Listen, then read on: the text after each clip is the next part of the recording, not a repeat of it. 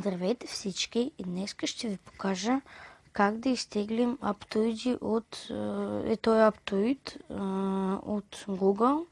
Някои ме питаха и сега ще покажа. Значи, чакайте да изтрия Google. Значи, на iOS това не става, а пък на Android става и то много рядко. Влизаме в Chrome, Google Chrome. То вече ми пише, аз за вас ще го напиша. Aptoid. И най-първото го натискате.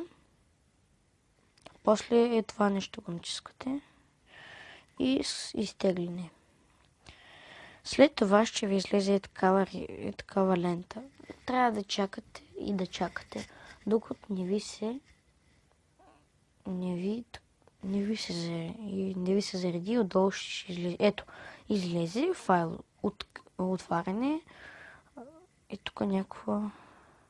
готово. Чакайте, дайте пак да го направя.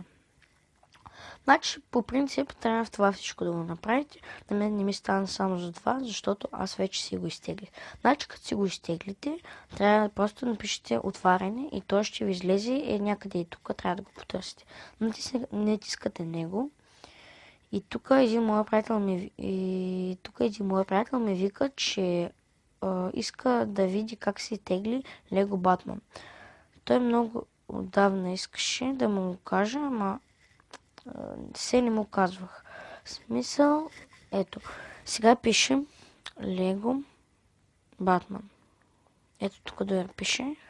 И аз Аз тая версия вече я имам. И те и двете са платни. Аз ще се изтегля втората. И вече започнах да я тегля. Значи до 30% ще ви се изтегли много бързо, а след 30% ще ви се изтегли много бавно. Така че аз поставям на пауза и когато имам 99% ще пусна видеото.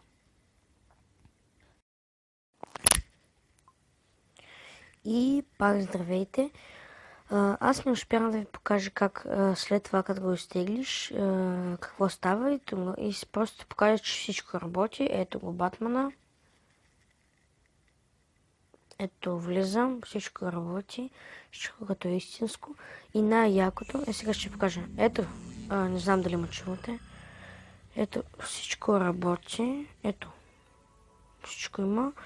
И най-якото, че ако влезем в каквото и да е, Play Market, ето тук пише, че сме го изтеглили. Ето, пише, че го имаме и сме го изтеглили. До следващите срещи. Всички довиждане. Айде бе!